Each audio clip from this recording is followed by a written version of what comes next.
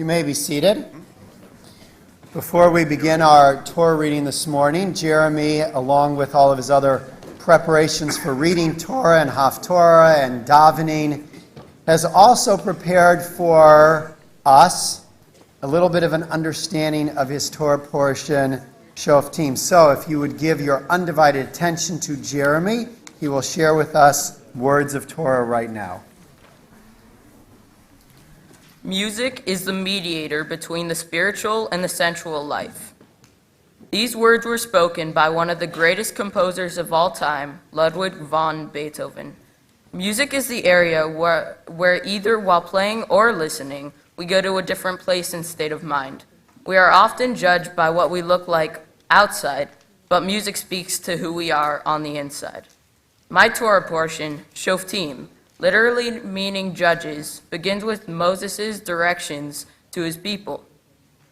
Judges shall be appointed to judge the people with justice. Justice, justice shall you pursue, so that you may live and take possession of the land which God, your God, is giving you. To summarize Moses' statement, the Israelites were supposed to appoint judges. Shoftim is all about justice and laws that the new judges have made. If there were no judges or justice system in place, the world would be a place of craziness. If someone did something wrong, there would be no one to bring this person to justice. Justice comes in all forms, but most importantly, justice, just like the music we listen to and play, begins with the self, each one of us. In this parsha, we read that a king is commanded to carry a Torah with him at all times. The Khatam Sofer, a very well-known 18th century rabbi, taught us that a king in Israel was to use the Torah to guide him along life's path. He was to consult the Torah on every issue brought to him, and the views set forth in the Torah had to be regarded as decisive in all matters.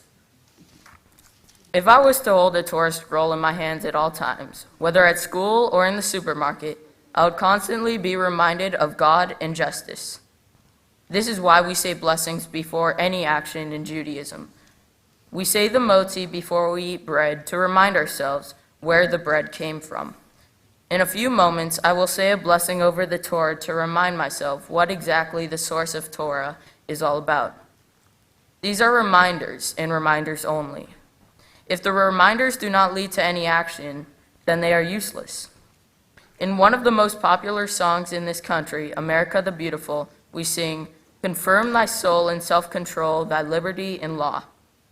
Justice is all about self-control.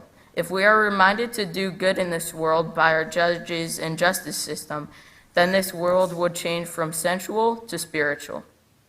I see this motto in my passion of music and piano playing. I've been playing the piano for the last 8 years or so. I had to begin knowing which note was which, a form of self-control. I had to know the difference between a flat and a sharp. That was followed by learning the basics of scales and chords. Only then could I read music. This opened me up to play anything on a page, be it classical, jazz, or any other musical form. But I was not done there. Most importantly, my learning has led me to action.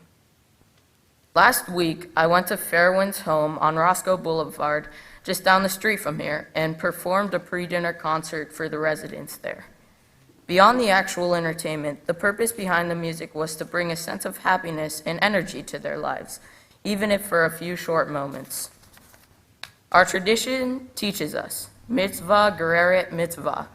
One good deed, a small action, will lead to another, and another, and another.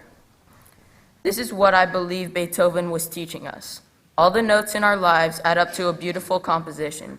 It is up to you and me to connect those notes together. Shabbat Shalom.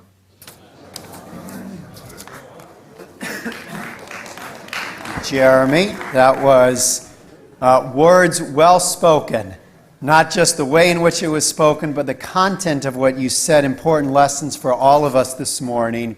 A wonderful way of bringing a sense of the Parsha Shoftim into our everyday lives. And we say Yasher Koach to you.